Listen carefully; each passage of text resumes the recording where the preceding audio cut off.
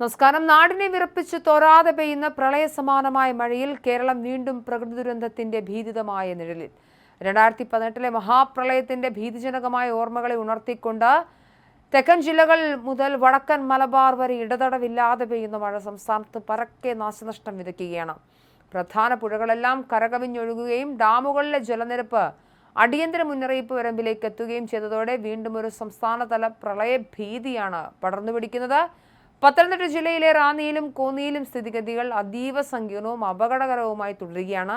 രാത്രി മുഴുവൻ പെയ്തിറങ്ങിയ അതിതീവ്ര മഴയിൽ റാന്നിയിലെ പല പ്രദേശങ്ങളും പൂർണ്ണമായും ഒറ്റപ്പെട്ടുപോയി.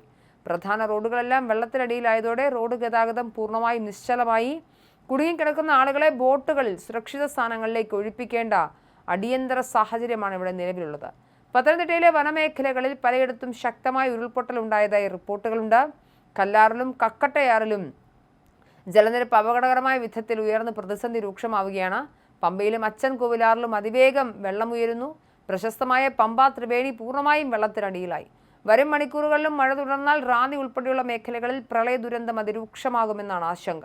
മധ്യകേരളത്തിൽ ഇടുക്കി ജില്ലയിലും മഴ കനത്ത നാശനഷ്ടമാണ് വിതയ്ക്കുന്നത്.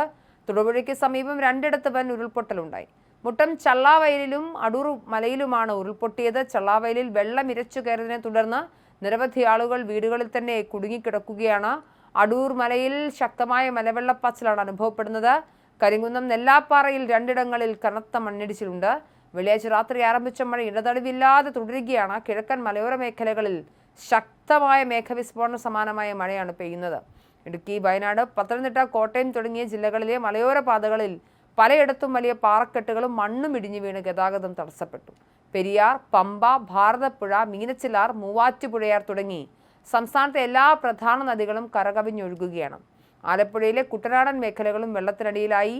സംസ്ഥാനത്തെ പ്രധാന അണക്കെട്ടുകളായ ഇടുക്കി, പമ്പ, കക്കി, പറമ്പിക്കുളം തുടങ്ങി ചെറുതും വലുതുമായ നിരവധി ഡാമുകളുടെ വൃഷ്ടി പ്രദേശങ്ങളിൽ അതിശക്തമായ മഴ തുടരുകയാണ്.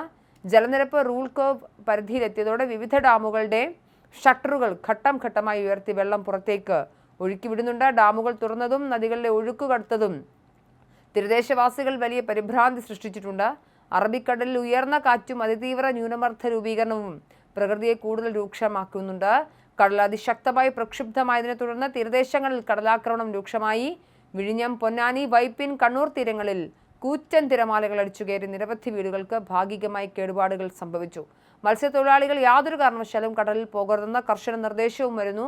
തിരുവനന്തപുരം നഗരത്തിലെ തമ്പാനൂർ ഉൾപ്പെടെയുള്ള പ്രധാന കേന്ദ്രങ്ങളും കൊച്ചി, കോഴിക്കോട് നഗരപാതകളും പൂർണ്ണമായും വെള്ളത്തിനടിയിലാണ്. നഗരങ്ങളിൽ വെള്ളക്കെട്ട് രൂക്ഷമായതോടെ ഗതാഗത സർവീസുകൾ തടസ്സപ്പെട്ടു. നഗരങ്ങളിൽ വാഹനങ്ങൾ വെള്ളത്തിൽ മുങ്ങുകയും വൈദ്യുതി ലൈനുകൾ ഒടിഞ്ഞു വീണ് മണിക്കൂറുകളോളം വൈദ്യുതി ബന്ധം വിച്ഛേദിക്കപ്പെടുകയും ചെയ്യുന്നുണ്ട്. ദുരന്ത സാധ്യത കണക്കിലെടുത്ത് സംസ്ഥാന ദുരന്ത നിവാരണ അതോറിറ്റിയുടെയും റവന്യൂ വകുപ്പിന്റെയും നേതൃത്വത്തിൽ അടിയന്തര രക്ഷാപ്രവർത്തനങ്ങൾ ആരംഭിച്ചു. ദേശീയ ദുരന്ത നിവാരണ സേനയുടെ വിവിധ ടീമുകളെ പത്തനംതിട്ട, ഇടുക്കി ഉൾപ്പെടെയുള്ള ജില്ലകളിൽ വിന്യസിച്ചിട്ടുണ്ട്.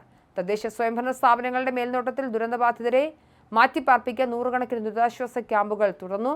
അടുത്ത 24 മുതൽ 48 മണിക്കൂർ വരെ സംസ്ഥാനത്ത് അതിശക്തമായ മഴ തുടരാൻ സാധ്യതയുള്ളതിനാൽ ജനങ്ങൾ പൂർണ്ണ ജാഗ്രത പാലിക്കണമെന്നും സർക്കാർ അറിയിച്ചു.